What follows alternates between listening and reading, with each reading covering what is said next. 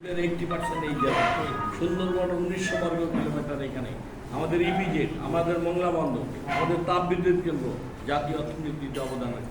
অথচ পাওয়ার ক্ষেত্রে শূন্যের কোটায় যে বৈষম্যের শিকার নির্বাচন কমিশন করতেছে, এটা তো এই বাগেরহাটবাসী কোনো মানুষ না।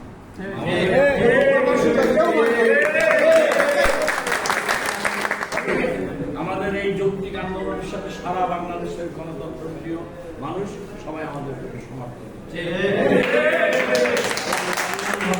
আমাদের যে 25 তারিখে শুনানি, সিসির সাথে আমরা দেখা করেছি, ইলেকশন কমিশনের সাথে দেখা করেছি, ইলেকশন কমিশন সচিবের সাথে আমরা দেখা করেছি, যে টেকনিক্যাল কমিটির আহ্বায়ক নির্বাচন কমিশনার সম্মানিত আনোয়ার তালুকদার, তার সাথে আমরা সাক্ষাৎ করে আমাদের প্রয়োজনীয় কাগজপত্র জমা দিয়েছি। আমাদের 25 তারিখে শুনানি, 24 তারিখে অবরোধ করার পর আমাদের ঢাকায় চলে যেতে হবে। রাত্রে যে কাগজপত্র সমস্ত রেডি করে আমাদের প্যানেল লয়ার নিয়ে নির্বাচন কমিশনের সকাল 10টার সময় প্রজ্ঞাপন জারি করেছে। আমাদের পক্ষে যদি সিদ্ধান্ত না দেয় নির্বাচন কমিশন, অনির্দিষ্টকালের জন্য বাগেরহাট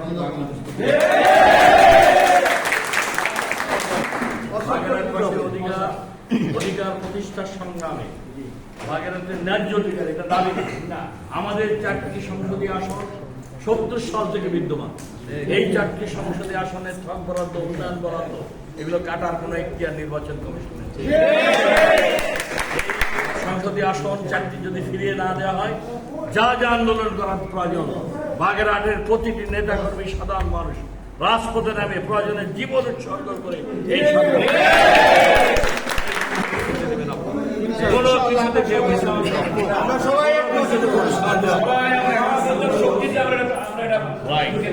যা যা করা দরকার তাই আমরা পর্যায়ক্রমে নিয়মতান্ত্রিক শান্তিপূর্ণ আন্দোলন করব।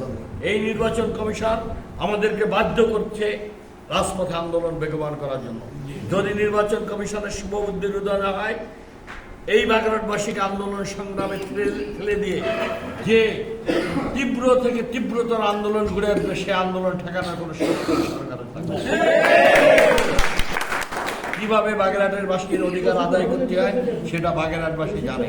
কারণ 800 বছর আগে এখানে জন্ম নিয়েছে, ইসলাম প্রচার করতে যাচ্ছেন সুফি সাধক হযরত খান জালালী রহমাতুল্লাহ।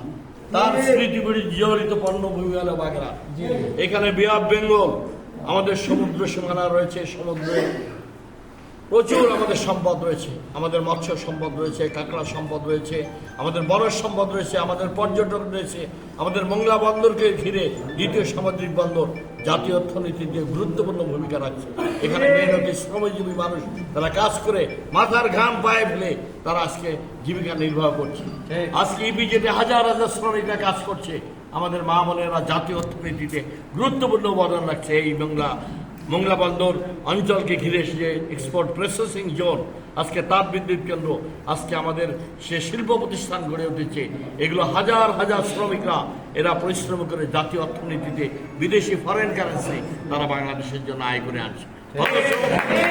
অথচ এই শ্রমজীবী মানুষের যখন ন্যায্য অধিকার সংসদীয় আসন কর্তন করে তাদের অধিকার, ন্যায্যতা, সাম্য, ন্যায় বিচার, সাংবিধানিক অধিকার, মৌলিক অধিকার নাগরিকদের কেটে নেওয়া হচ্ছে, এটা বাগেরহাটবাসীর সাথে প্রতারণামূলক এবং বৈষম্যমূলক, নিপীড়নমূলক, নির্যাতনমূলক আচরণ করা হচ্ছে। এর প্রতিবাদে আমরা সেই একটি অবরোধ করেছি, শান্তিপূর্ণ অবরোধ।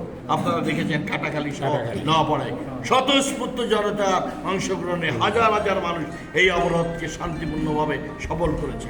আগামীকাল সকাল 9টা থেকে শুরু হবে, সারা বাগেরহাট ব্যাপী আজকে 7টা থেকে শুরু হবে, বিকাল 4টা পর্যন্ত এই শান্তিপূর্ণ অবরোধ কর্মসূচি এবং সর্বাত্মক হরতাল কর্মসূচি আপনারা সফলভাবে প্রতিটি পয়েন্টে পয়েন্টে দাঁড়িয়ে আপনারা পালন করবেন।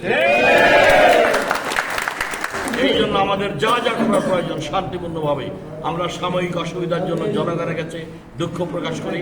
আমাদের ন্যায়সঙ্গত দাবি আদায়ের জন্য এই নির্বাচন কমিশন আমাদেরকে বাধ্য করছে রাজপথে আন্দোলন করার জন্য। আমাদের দাবির প্রতি যদি সদয় না হয় এই নির্বাচন কমিশন, আমরা এমন সবাই মিলে এমন কর্মসূচি গ্রহণ করব যে বাগেরহাটকে বাংলাদেশ থেকে আমরা বিচ্ছিন্ন করে জাতীয় অর্থনীতিতে যে অবদান এই বাগেরহাটবাসী রেখে চলেছে, এটা বাংলাদেশের খুব কম জেলায় এই অবদান রাখছে। আমাদের ন্যায্য অধিকার আমরা বেশি করে দেশের জন্য কাজ করছি, রপ্তানি করে আমরা আয় করছি বিদেশি কারেন্সি, সেখানে আমাদেরকে ন্যায্য অধিকার কেড়ে নেওয়া হচ্ছে, বৈষম্যমূলক আচরণ করছে, আমাদের অধিকার কেড়ে নেওয়া হচ্ছে। এটার বিরুদ্ধে আমাদের দাবি, আমাদের অধিকার নয়, আমাদের দাবি, ন্যায্য দাবি ফিরিয়ে আনার জন্য সংসদীয় আসন আমরা রাজপথে আন্দোলন করছি। দলমত নির্বিশেষে সবাই ঐক্যবদ্ধ হয়ে বাগেরহাটবাসী, আমাদের ভবিষ্যৎ প্রজন্মকে রক্ষা করার জন্য, বাগেরহাটবাসীর মান মর্যাদা, অধিকার, নাগরিক অধিকার ফিরিয়ে আনার জন্য রাজপথে যা যা করার প্রয়োজন আপনাদেরকে তাই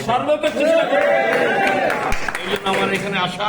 আমি ত্রিপুরা ভাই, রামপাল, মোংলায়, সোনাতনে, কাটাখালী, ভট্টে সব জায়গায় আমরা মিটিং করেছি। আমাদের চুলকাঠিতে প্রত্যেকটি জায়গায় আমি কালকে থেকে সভা করে আসছি। সমস্ত জায়গায় স্বতঃস্ফূর্ত মানুষ এই প্রতিশ্রুতিবদ্ধ, অঙ্গীকারবদ্ধ, যে কোনো পরিস্থিতি মোকাবেলা করে আমাদের আন্দোলন শান্তিপূর্ণভাবে আমরা এগিয়ে নিয়ে যাব। এই নির্বাচন কমিশন আমাদের দাবি না মানলে কঠিন থেকে কঠোর আন্দোলন শুরু করা হবে। আমরা চাই না এই নির্বাচন কমিশন আমাদেরকে, বাগেরহাটবাসীকে এককভাবে এইভাবে আমাদের আন্দোলনের দিকে ঠেলে দিই। আমরা চাই শান্তিপূর্ণভাবে আমাদের 4টি সংসদীয় আসন আমাদেরকে ফিরিয়ে দিতে হবে, পুনর্বহাল করতে হবে। তা না হলে এই বাগেরহাটবাসী যে আন্দোলন করবে, যে সংগ্রাম লড়াই রাজপথে গড়ে তুলবে, সেই আন্দোলন সংগ্রাম লড়াইকে স্তব্ধ করার কোন শক্তি বাংলাদেশে কারণ থাকে। আজকের এই মিটিং থেকে আপনাদের সবাইকে, দেশবাসীকে, বাগেরহাটবাসী সবার কাছে আমি পৌঁছে দিতে চাই। সাংবাদিক ভাইয়েরা রয়েছেন, সবার কাছে আমার অনুরোধ, আপনারা আসুন।